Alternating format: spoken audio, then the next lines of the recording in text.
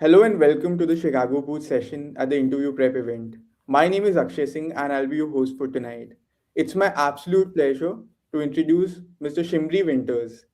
We'll begin with a brief introduction followed and presentation followed with a live Q&A. Please post your questions in the chat. Hi, everyone, and thank you for this introduction. I'm really excited to be here, and we're going to talk today about the Chicago Booth MBA interview. And I put here kind of a statement to kind of get us in place for this interview and this session.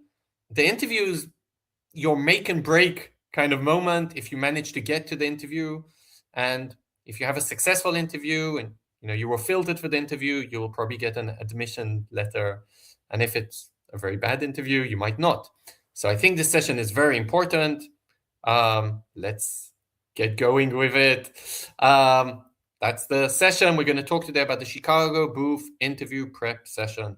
If you're looking for information about Chicago Booth MBA application, check out other videos we've done. Today, we're going to talk just about the interview. My name is Shimri Winters. I head the strategy team here at ARINGO MBA Admissions Consulting. I'm an ex-London Business School interviewer and a London Business School MBA alumnus. This is my only marketing slide. I work at ARINGO. We're a boutique MBA admission consulting firm. We help candidates from all over the world get into top MBA programs. And what we do is everything from chances estimation, project management, school selection, till actually helping you create the best possible MBA application. As we said at the beginning, please write your questions on the screen and we'll answer all of them at the end. My aim here is to talk very quickly to try and go through a lot of material, but leave room in the end for the live chat questions. So let's kick off with Chicago Booth. So this is my only slide which doesn't really talk about the interview. And the reason is I kind of put here a few things that are very important to know kind of about Chicago. I'll actually just put them here. And if you don't know them about Chicago Booth, if you don't know them kind of before your interview, you should probably know them for your application. That's very bad because the interviewer will definitely see if you kind of really want Chicago Booth, really know the differentiator between Booth and other business schools. So I'll just mention these things very quickly. Again, check out other videos about Chicago Booth MBA and about the application process. But you definitely need to know that Chicago have this kind of Chicago approach. They'll kind of mention this everywhere. From the essay, if you looked at the essay with the pictures, it really, they kind of want to see you in this interview today and want to make sure that there's a match for this Chicago approach. And they kind of talk about the science of business and how they use data-driven, etc. So read about it and make sure that it kind of correlates to what you're trying to say. Again, just a few Chicago differentiators. The curriculum is very, very flexible. You can kind of architect your own path, your own journey, both academically and also with the clubs. There's like 14 concentrations. You can choose one of them, like AI and finance. They have the experimental labs. I think that's really interesting. And they kind of say this kind of connects the class to the border room, right? It connects academics to professional life experiences and just the Chicago ecosystem with 60,000 alumni, global alumni. And it's obviously one of the best schools in the world. There's executive MBA campuses in London and Hong Kong, and there's a lot of exchange options. So know these things before you kind of get into the interview. Okay, now let's talk about the interview. So Chicago actually have a very standard interview. They have one stage which is a bit different than other schools, which is the video response. So the interview will be 30 or 40 minutes. It's usually a blind interview. And when I say blind interview, this means the interviewer doesn't know you, doesn't receive your application. That's been read by someone else. If it's with an alumni, and it usually is, you will be asked to send to that alumnus your resume, but that's it. Not the essays. He doesn't have access to recommendations. He doesn't always read that resume before the interview. So that's a blind interview. They don't have your application, only the resume. So we said there's one different component. It's not a big deal. I don't like when people kind of get worried about it. And you do have to submit a 60-second video response to a question after you've been filtered for an interview, before the interview itself. We'll talk about that in the next slide. You'll see it's quite simple. The goal is really to assess your fit to Booth. And think, they've already read your essays. They've read your resume. They've read your letters of recommendation. They've seen your GMAT score. They know you, they know who you are. And now they've filtered you. They think you're a good candidate for Booth. And now they want to make sure, from a cultural perspective, from a personal perspective, are you someone that someone like me would like to be in class with? Are you someone I would like to have a beer with? Are you someone I would like to open my next startup with? So that's the kind of culture that they want to make sure that you fit the school. I'll give some examples how to do that very badly and give and misrepresent yourself, and how to do that in a good way. Definitely practice the STAR method. We'll talk about that a bit more for the behavioral questions as well. And the key insight is very important. I think you kind of need to think exactly why Booth, and that's why I started with the slide just talking a bit about Booth. And why is this connected to you? And if you just come with generic answers to questions, it's just not going to work. Okay, you kind of have to come and show the Booth alumni or Booth second-year student or AdComs that Booth is your number one choice from these reasons, and it's really will help your career from these reasons, A, B, C. So let's talk about all of this further. So again, this video response, which is unique for Booth, don't worry about it too much. There's actually 2 questions, and you can choose one of them. So the question this year looked like this. This was, in my eyes, a harder question than the second one. And tell me about something new that you learned recently that shift your worldview. Okay, now, why is this a bit of a hard question? It's not. But just, we don't want to go into politics. We don't want to talk about something, too that people might have various opinions about. Okay, for example, if you want to say, I read a study about cannabis, and it's actually the legalization of cannabis is a good thing. Okay, but I think maybe a lot of people agree with that, but there might be some people that disagree with that. Okay, so I don't know. I just thought about that randomly. So I would just be a bit careful in taking kind of a topic that might be a bit, that people might less like it. But definitely, oh yeah, I learned this year about AI, and at the beginning I was worried it would change jobs, it would cancel jobs, but now I understand it'll only change them, or something like that. So, I think this is quite a straightforward question. And the answer here doesn't really matter. Okay, also in the second question, which we'll review, the answer here is just to show them who you are, and that you can kind of talk for 60 seconds just to get a feeling of who you are. So it's even less important what you're answering, yes, as long as it's not something too bad. And just to show that you have enthusiasm, that you can speak in English for 60 seconds, without this isn't cut, it can't be edited. So that's all. I would just practice this 3-4 times and just record it. The second question is kind of, tell me about something people don't know about you. It's a nice question also in a resume, in an interview, to say kind of, tell me something off the resume. And again, it's kind of designed to see, do you have anything unique?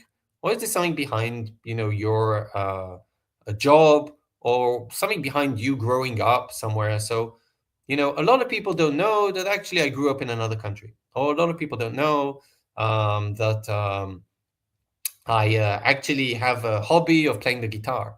Or, I work in a Big 4 accounting firm, but actually I have a really good sense of humor, and, I don't always show it at work because, I try to be very strict there. But off work, I do, something like that. It's just to show that you're human.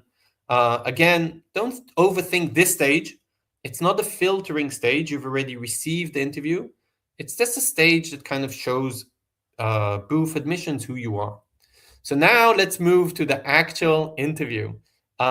Please, I can see you started writing some comments, and in the comments you can ask questions. We will answer all of them. And this interview presentation can probably help you from most business schools, but it's specific for Chicago this time. Okay, like we said, you have 60 seconds and just speak with energy and you should be fine with this. Okay, so here are the questions to expect. Now, the first 4 questions that I've put here, these aren't theoretical questions.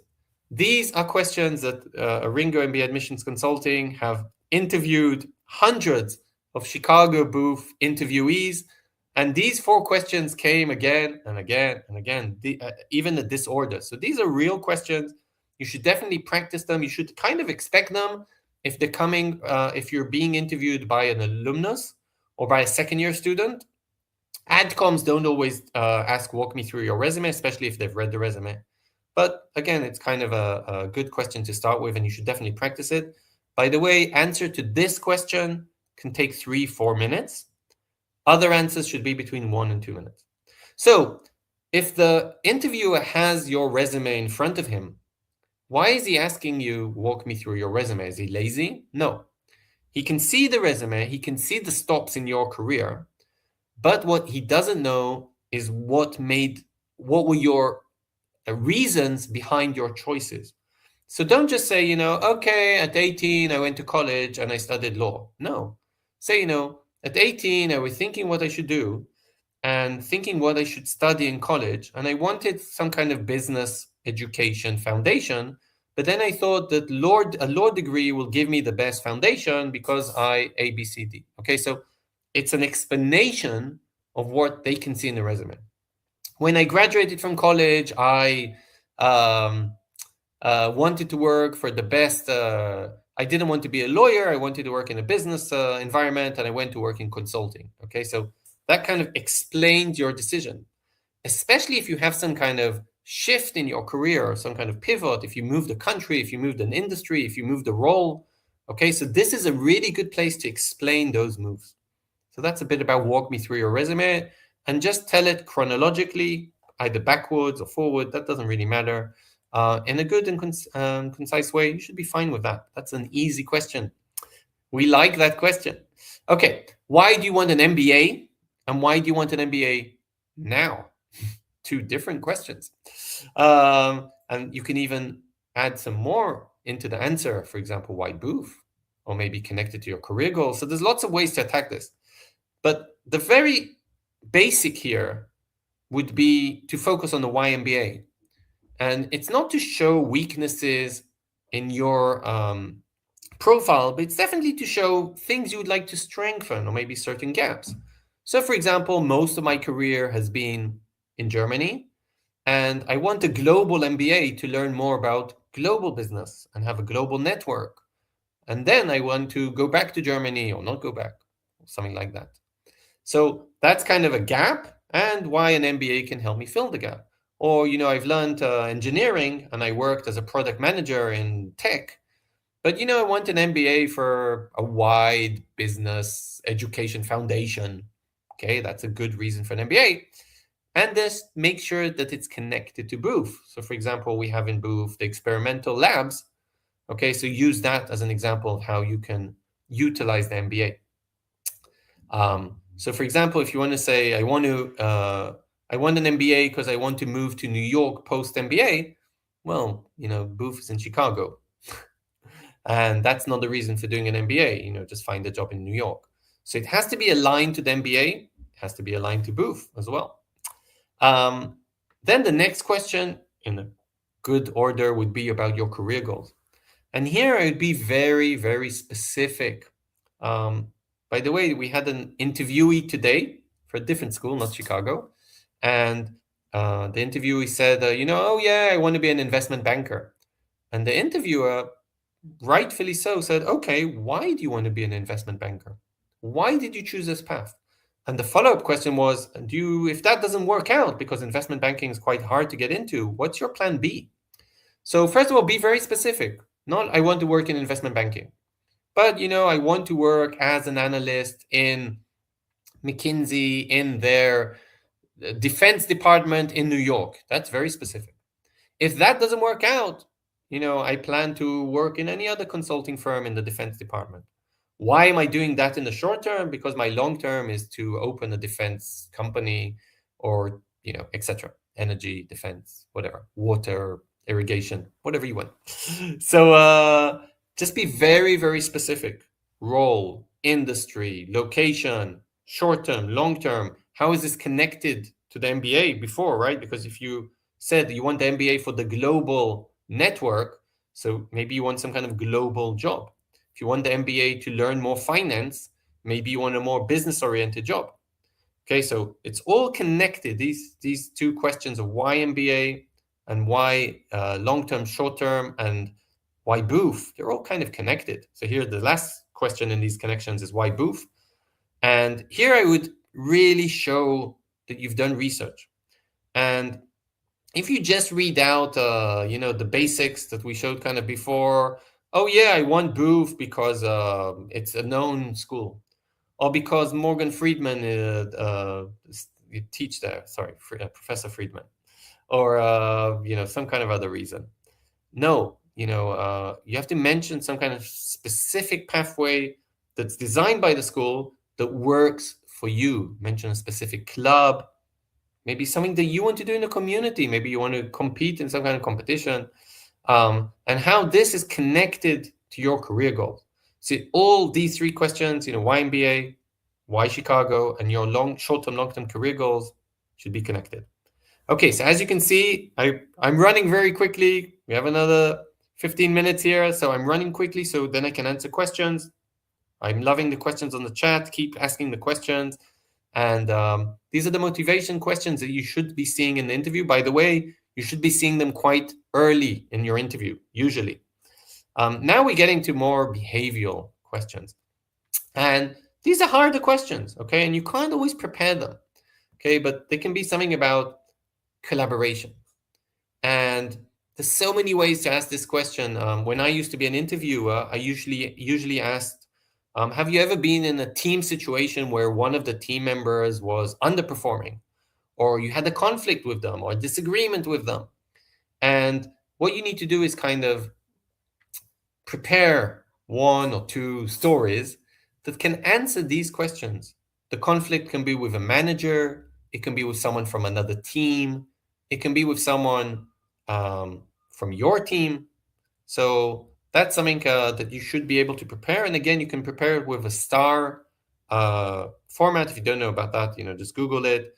But basically, we want to tell them about the background and the situation. Yes, what happened? I was assigned some kind of project, and then you want to complicate it a bit. And the problem is the other team member wasn't giving in his hours. Then what did you do? And some kind of result at the end. Okay. There might be some question about self-awareness, and this is usually about a failure or about some feedback you received, or maybe just, what would you improve, or what do you think you would have done better in some kind of situation? And again, everybody fails. No one's perfect. And this is when they're kind of checking out your fit to Booth. And, again, as an interviewer, I remember I interviewed someone who had an amazing application. He was a Big Four accountant. He had the 780 GMAT, which is very nice. 5 years of professional experience. He managed a small team. He got promotions, all good. But when I interviewed him, the guy was cocky. The guy, was just, it was all about him and he's perfect and he doesn't fail and everybody else's fault. And, when the team failed, it wasn't his fault and he never got feedback. And he was just so arrogant that I just didn't feel a good fit for the business school. So he went to another business school. So that's a bit about self-awareness. And same thing with the community contribution. What do you plan to do at Booth? So 50% of an MBA is the academics, but there's another 50% of professional clubs and personal interest clubs and the community. So there's your class, there's the entire community, there's the entire University of Chicago community. How are you planning to pass the next 2 years and, if you get in? So very, very interesting question. The way to answer it is usually to say something from your past and to say like I contributed in my undergraduate degree, this is how I plan to contribute in my graduate degree. It's a good time to say we also do interview prep. If anyone is interested, contact us on ARINGO and we can help you with these things. If not, just check out all the do's and don'ts at the end of this presentation. So here are some kind of unexpected questions, and I'm always a bit worried about them because they're unexpected. What do you do when someone asks you a question? And I have to admit that as an interviewer, I used to do this. I used to kind of ask a very tough question, which I knew was tough. And I kind of, used to ask, okay, you're in the, I don't know what, the consulting industry. I want to buy an airline. Can you consult to me about that for 2 minutes? I used to ask like a very question, which is very hard to understand the question and what am I looking for? And basically, what I wanted is just to make sure that the person is kind of dedicated to this interview and has a good mind to think about things, passionate about whatever he's saying he's passionate about. I put here some examples, I don't know, clean tech or nonprofit. So if that's what's on your application or that's what you're claiming your career goals are, you should be passionate about these things. And you can't say, I don't know anything about a nonprofit, although I want to run an NGO. Okay. You can say I don't know much, and I'm still at the beginning of my career, but this is what I know. Again, all you can do with unexpected questions is try and answer them in a methodological way of kind of STAR or something else, and just make sure to convey what you plan to convey in the interview. So some people want to convey that they have a global mindset. Some people want to convey that they are entrepreneurs at heart, even if they've never started a company. Okay, maybe you want to convey that you're a hard worker. Whatever you want to say, make sure that this comes out sometimes in this unexpected question. So I don't know much about your question about pensions in South America, but because I work very hard, I'm very analytical, I'm sure I can get that data very quickly and then get some answers to that. Like I said, use this STAR structure. It really, really helps. Prepare some things in advance. For example, your biggest success, failure, team situation. And you can use some of these stories even when you weren't exactly asked about your success. Because if you're asked, what were you doing at work last month? You can actually give the success story. Okay, or what really surprised you at work in the last year? You can maybe give the team situation story. Okay, so I'm saying if you prepare these stories and they're structured properly, you can probably answer a lot of these situation questions. And don't forget that the main reason of this interview is to filter you in or out and to make sure that you're kind of connected to Booth and that you would contribute to the Booth class. Remember, my end goal is, would I like someone like you to sit by me in class? So that's the most important thing, that it's connected. I would say be authentic. If they find something discrepancy in your something, you said something before and now it doesn't make sense, that's not going to work. If you claim you have 7 years of experience, but when they do the math, they get to 3, that's a problem. So again, you have to be very honest, very authentic, and try and show some energy. If you're a bit nervous and you're talking a bit quick like me, it's fine. It's fine to be a bit nervous in this interview setting. Okay, we're nearly at the end, and keep asking questions on the chat. We're really nearly there. I think I have 2 more slides, or 1 more slide. So concluding the interview.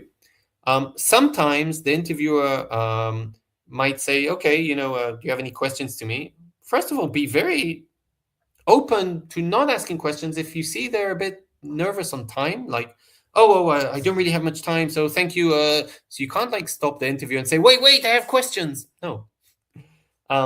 Ask them about their personal experience, especially if they're alumni or students. Definitely important. But don't ask something which is obvious. For example, so is there an internship after year 1? Instead of that, ask, how do you get the internship in year 1? Another thing is, don't ask something too difficult. So how will Trump affect the global economy If no, that's a very difficult question, even for PhDs. And just some common pitfalls, and things that I don't like. Okay, so negative body language, someone, with all over the place, or, moving, especially if it's on Zoom, it can be really annoying. Also, face to face. Lack of enthusiasm, that's so important. I want to see that Chicago Booth is your number one choice. And I might ask, which are the schools you applied to? And you can kind of say, yeah, I mean, I applied to Harvard and Stanford. And if I don't get in, I'll, go to Chicago. Yes, that's a very bad answer. And that's not showing enthusiasm to Chicago. Better answer would be, yeah, I'm applying to Harvard, but Chicago is my number one choice because A, B, C, D. Of course, come on time, etc. Another thing that I really don't like is time structure. Again, the first walk me through your CV answer can be 3 to 4 minutes. The other answers can be 1 to 2 minutes maximum, usually closer to 1 minute answer, quite short. And if the interviewer has follow-up questions, they will ask you. Okay, it doesn't have to be a cold interview. It can be a nice conversation where you're giving some information and they're asking follow-up questions. Obviously, always listen to the question. Make sure you're answering the question. And maturity, things like that. If you're kind of blaming other people or focusing on the past, or there's some kind of inconsistency, you're not going to get through. So here's my last slide. And I'm kind of going through the same things, but things that I really didn't like as an interviewer. Okay, I used to interview for 8 years for London Business School MBAs. And I really hated people that didn't answer the question. So that's like the most important thing. Make sure you're answering the question. Time management, we discussed that. 1 to 2 minutes for most answers, maybe 3 to 4 minutes for walk me through your resume if that's the first question. Well, I discussed this. Why Booth? Show enthusiasm. Obviously, be on time. Check if it's a lot of interviews are now on Zoom. Check your background. Check your microphone. Check your light. Check everything. Everything has to be perfect. And be careful from thinking that you've nailed it, or you have some kind of contact and John said hello. Just be careful from that. Be humble. Okay, you've already gone through a big filtering stage, and Chicago really filter more than half of the applicants to the interview stage. So they've liked what they've seen, and now it's just more of a fit thing. So don't have to your application does the talking. Now you just have to back it up.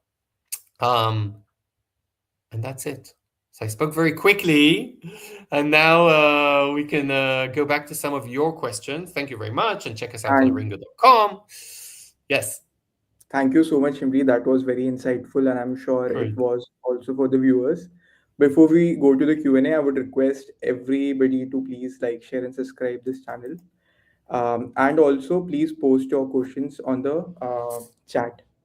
So we'll go to the first question now, which is Okay. that if the person does not have a good application, for example, a GMAT score or a GPA, does the interview can the interview help besides the Yeah. application? Yeah. So let's make it very let's put numbers. Okay.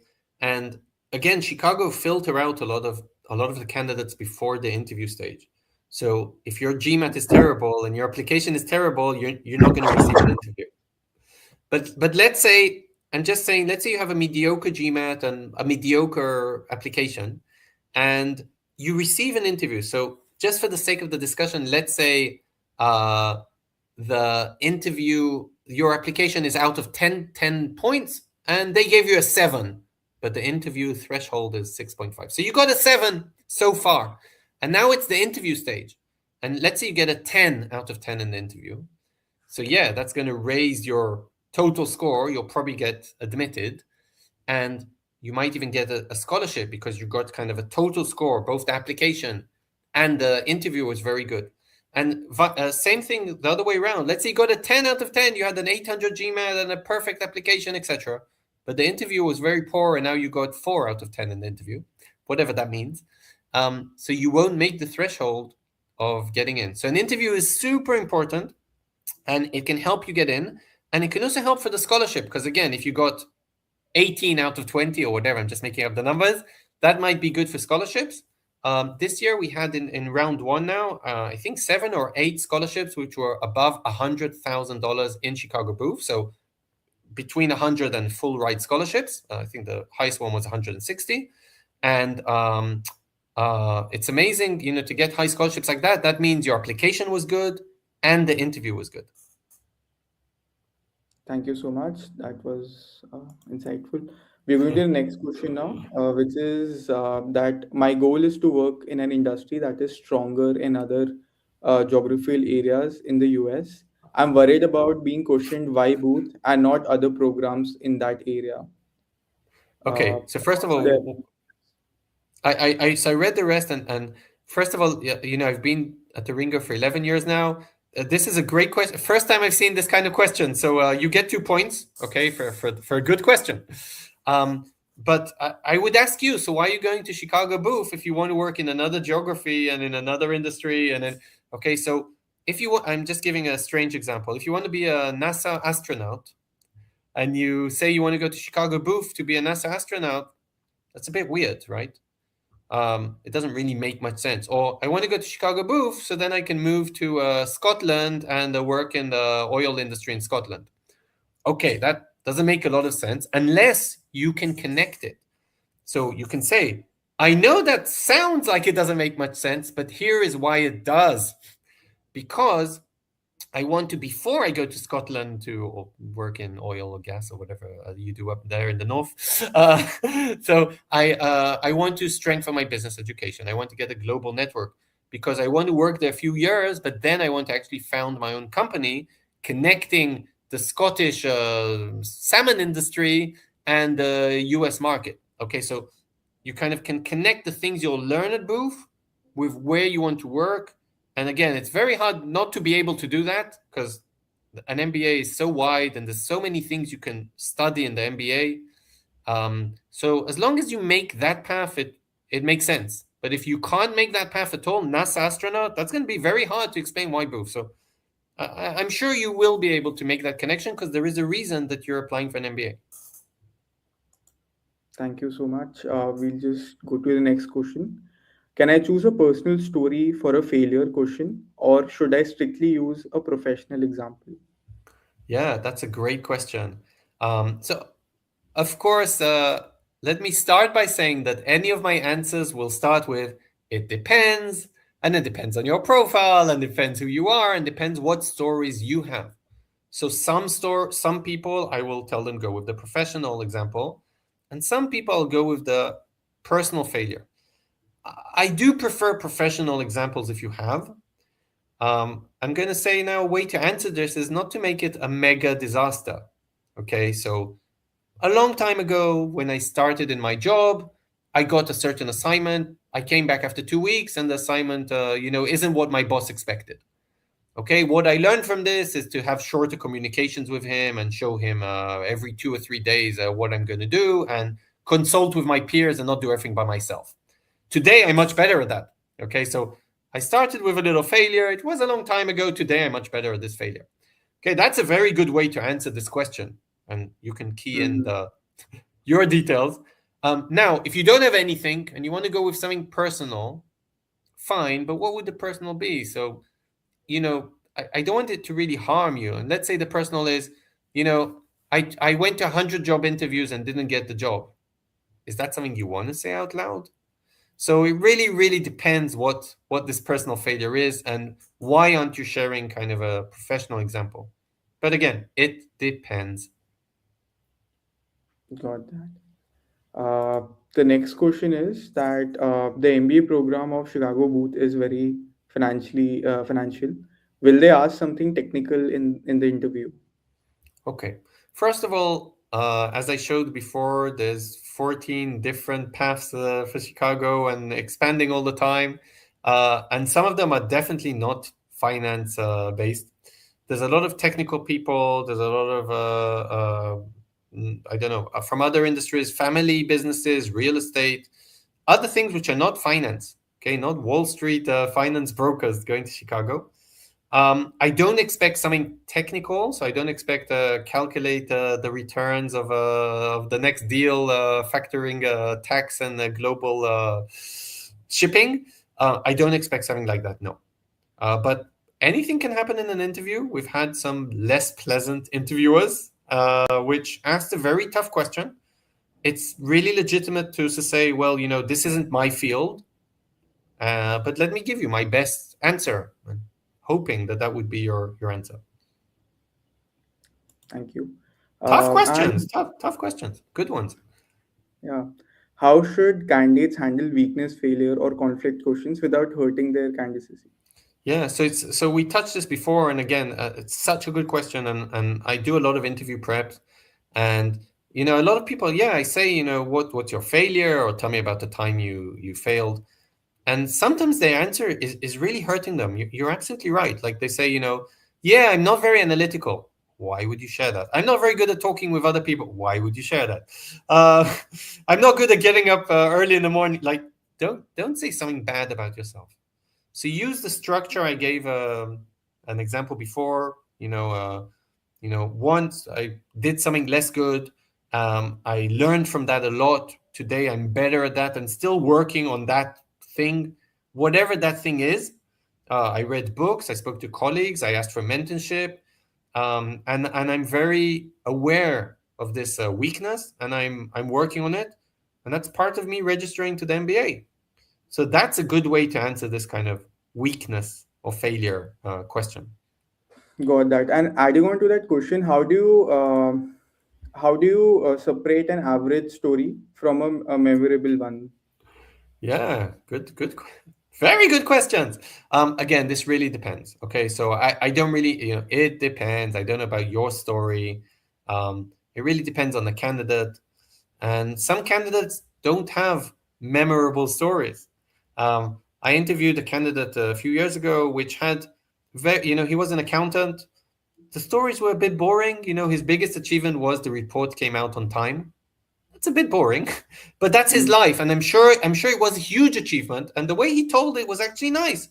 There was a conflict with the client, and the team, half the team was sick, and they found a huge error 12 hours before they were supposed to take. So they still, even in the boring story, the report came on time. There was something interesting. And you're right, you need to kind of practice your stories to make them a bit interesting. So add to the STAR framework another letter, which is interesting. And it's not just background and what you did, it's also background and something went wrong, and then you did something and it was still wrong and you made it better. And you thought out of the box and you brought a consultant from outside, or you read a book and you decided to make it casual Thursday t-shirt day, whatever. Something a bit different. And again, you don't have to be memorable. You just have to be, a nice person, which I think will be a good fit for the school. Got that. Our next question is, if my interviewer is an alumnus who graduated many years ago, is it appropriate to ask about their business school experience? Yeah, again, a very good question. Thank you. I really like the questions today. Thank you. So I'll start with the answer is yes. But interesting, a lot of times we get a graduate from many years ago interviewing you. Many years ago is like 10 plus, okay? And the school has changed tremendously in the last 10 years. The world has changed, but the school has changed. And funnily enough, you, the applicant, might know a lot of things that are happening these days in the school that the graduate doesn't know. So that's the only thing I would be kind of aware of. So it's not a legit. I think it's less legitimate, or more dangerous, to ask the graduate, what are the trends right now at the school, or what do you think about the AI and finance track, or who are the biggest recruiters today? Because things may have changed in the last 10 years. For example, finance may I think finance went down and technology went up. Okay, in the terms of percentage of alumni. So, but definitely you can say, what do you, I know you graduated 10 years ago. What do you remember? How do you use the network? Is there one thing you remember, one course, one don't miss, one tip that you have from your experience? Did you go with a partner? That can be an interesting question. Because I'm coming with a partner. Or did you use any of the clubs which are, extracurricular clubs? So definitely ask about their experience. 100%. Just remember they were there 10 years ago. You might actually know stuff about the school which is more relevant than they, from the last few years. Thank you so much. The next question is if uh, in the resume there were not career changes title wise. For example, three company switches since 2020 with same title due to technical layoffs. Would it be concerning to the interviewer? Well, first of all, it might be concerning to whoever filtered you and whoever read your application. But again, this presentation and this stage is for someone who's already filtered you, because Chicago filter most of the applicants before they get an interview. So you're lucky enough to receive an interview. That means you managed to persuade them that these jumps or switches uh, made sense. And now, yes, definitely I would use the interview to explain them. And if it's walk me through your resume, very easy. Okay, I worked for PayPal and they closed the office in Delhi and we were all laid off. Or the team was laid off because they focused on AI right now and we weren't in the AI team, or et cetera, et cetera. So that's very easy. So I quickly went to 5 of my friends and got a job at HP. Okay, so that would be an easy explanation. Sometimes the explanation isn't that easy. Maybe you were laid off. Maybe you didn't like the team, right? So if the team was closed, that's easy. But what happens if it's something else? And you need to practice this. And again, is it concerning? I don't know. It's not concerning, that you moved and it's the same title, but 3 moves in 4 or 5 years definitely needs explaining. But if in one of them, for example, the office was closed or there were some kind of layoffs of your team, I think that explains it. And everybody knows there were tech layoffs in the last few years. Unfortunately, there will continue to be. So I think that's fine. Again, it depends on your profile. Thank you so much for answering that. Before we go to the next question, I would want to remind all viewers that we'll be ending the stream in another 5 minutes. So please type in your questions and also remember to like and share this channel. I'll go to the next question now, I which like is it that now.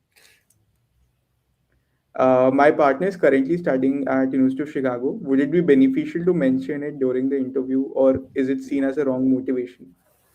Oh, definitely. I would definitely mention it as an additional reason. Okay, so for example, you can't push it every 5 seconds, but in one place in the interview, so a good place would be why Chicago. You can say, well, because I want the academics and I want the clubs, and you can give 3 examples about Chicago and say, and my partner is currently studying at Chicago, and that was the plan to begin with, that my partner goes a year before me and I join him this year or something like that. But just an addition. And by the way, if you're not asked that, or if you don't manage to kind of insert that fact, so maybe at a later stage, maybe at the end, you can say, if the interviewer asks, do you have anything to add? You can just say, yeah, I'm just so excited about Chicago. My partner is actually studying right now at Chicago, and everything I hear is amazing. And that isn't the main reason I'm applying, but it's definitely one of the reasons. So yeah, I think that's a very legitimate reason to mention, and a good thing because it shows that you really want Chicago, from your own reasons. Thank you, Shimri. And while we practice our questions, how do you coach candidates to stay structured but natural in their answers, and it should not Yeah. appear Um, scripted or rehearsed? yeah. So, I wouldn't say practice makes perfect. So you need to practice. And there really is an art in being an interviewee. We I don't know. This is what I've been doing. So this is what we do. We coach candidates to say the right things in the right nature of answers. So there's some answers which are structured, and they might sound a bit robotic, okay, especially when you're answering kind of star. Okay, so 2 years ago I this, the complication was this, what I did and the result. That might sound a bit robotic, and kind of less natural, but as long as those stories that you prepared are naturally told, and again, you did prepare them in advance, I hope you'll be okay. And again, the interviewers know that you're stressed. That's fine. They know, this is a stressful situation. And it's fine to be a bit structured and a bit less natural than your usual. But it's just practice makes perfect. That's all I can say. Thank you so much. And I think I'll be ending the stream with this one last question, which is that if someone is interviewing tomorrow, what should they Oh focus my on God. today? Okay, so I've never received this question. So again, thank you. I love the very nice questions. If you're interviewing tomorrow, I don't know, put on a nice film, Netflix, something, don't focus on the interview today. Be very calm. Again, I think the more stress you put on yourself a day before the interview, that sounds bad to me. So I would just try and come as calm as I can. Prepare you can look on our side. We have like a big 9 questions. Prepare the regular questions. But once you've prepared them a few times, it's kind of come calm. The interview is very short, 30, 40 minutes.